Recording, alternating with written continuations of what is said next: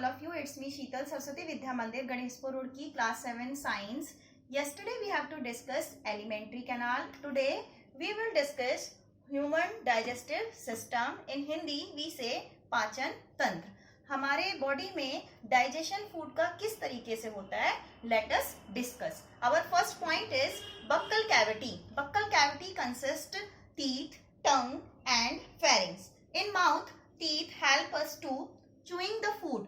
मतलब जो हमारे फूड हम खाना मतलब इनटेक करते हैं माउथ के थ्रू, तो जो हमारे टीथ होते हैं, दांत होते हैं, वो भोजन को चबाने का काम करते हैं. उसके बाद जो टंग होती है, वो टंग हमारे खाने को लार के साथ मिक्स करती है. अब ये जो लार है उसको हम सलाइवा कहते हैं, which is secrete from the salivary gland. यहीं पर जो हमारा ये आप देख रहे हैं, ये that is the salivary gland. Salivary gland से ही स्लाइवा सिक्रीट होता है, जिसे हम हिंदी में लार कहते हैं. भोजन के साथ वो मिक्स होता है टंग के द्वारा. ग्लैंड के बारे में आप हायर क्लासेस में पढ़ेंगे. इसके बाद जो टंग है फूड को पास करती है एक लॉन्ग ट्यूब में, that is the oesophagus. Oesophagus में आने से पहले जो फूड होता है उसको प्रिवेंट किया जाता है कि वो विंड पाइप में ना चला जाए. इट मीन्स दैट श्वास नली में ना चला जाए हमारा खाना.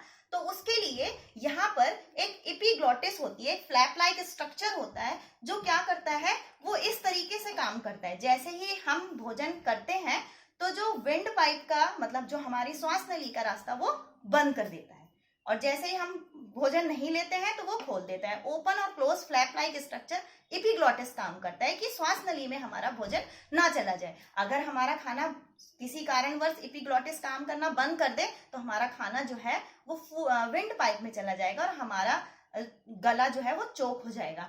इसके बाद ईसोफेगस के बाद हमारा जो खाना है वो हमारा स्टमक में आता है. फूड जो है वो स्टमक में आता है. यहाँ पर जो स्टमक आप देख रहे हैं, जे शेप्ड स्ट्रक्चर आपको जो दिख रहा है वो है हमारा स्टमक. और जो स्टमक होता है इसकी जो वॉल होती है आप देख रहे हैं, वॉल से एसिड और एक एंजाइम होता है पेप्सिन, इसकी इनर वॉल से ये सिक्रीट होता है. मतलब हमारे शरीर में भी, हमारी बॉडी में भी एक एसिड होता है जिसको हम HCl बोल रहे हैं, हाइड्रोक्लोरिक एसिड. पहले से ही हमारे शरीर में एसिड होता है. अगर हम कुछ ऑयली चीज या स्पाइसी खा लेंगे तो हमारे शरीर में और एसिड बढ़ जाता है, जिससे हमको एसिडिटी की प्रॉब्लम हो जाती है. तो यहाँ पर जो हमारा फूड है, यहाँ पर HCl और एंजाइम यहाँ पर है पेप्सिन एंजाइम. एंजाइम क्या होते हैं, हमारे एंजाइम जो है वो प्रोटीन कंपोनेंट होते हैं जो हमारे शरीर के अंदर रिएक्शन होती है, कोई भी क्रियाएं होती हैं उनको आगे बढ़ाते हैं. तो यहाँ पर हमारा जो भोजन है HCl एसिड और पेप्सिन के साथ मिलकर भोजन एक ग्राइंड का काम करता है. जैसे हमारी मिक्सर ग्राइंडिंग होती है, कोई भी हम ग्राइंडर में कोई चीज पीसते हैं तो वो कैसे ग्राइंडिंग होती है. उसके बाद भोजन जो है हमारा फूड जो है हमारा स्मॉल इंस्टेंट टाइम में आ जाता है.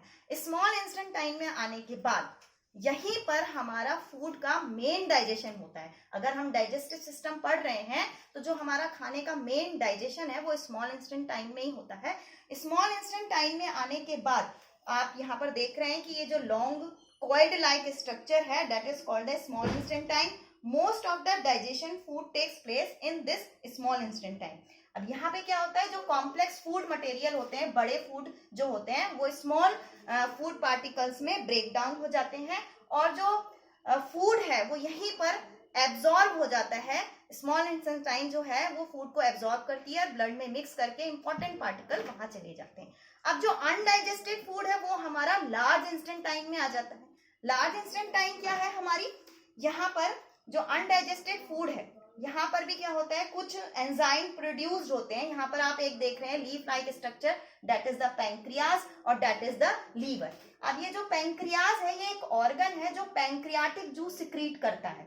अब इसकी लोकेशन क्या है, it is just located behind the stomach. ये स्टमक के जस्ट पीछे होती है और पैंक्रियाटिक जूस सिक्रीट करती है. पैंक्रियाटिक जूस क्या करता है, जो हमारी बॉडी में कार्बोहाइड्रेट होते हैं उसको ब्रेक डाउन करता है. Break down carbohydrate, it means तो फूड कंपोनेंट होता है कार्बोहाइड्रेट. जैसे कि हम चपाती खाते हैं, राइस खाते हैं, तो उन कार्बोहाइड्रेट को ब्रेक डाउन करता है. नेक्स्ट है जैसे कि हमारा लीवर है. Liver just is lie in front of the stomach. Stomach के जस्ट सामने होता है लीवर.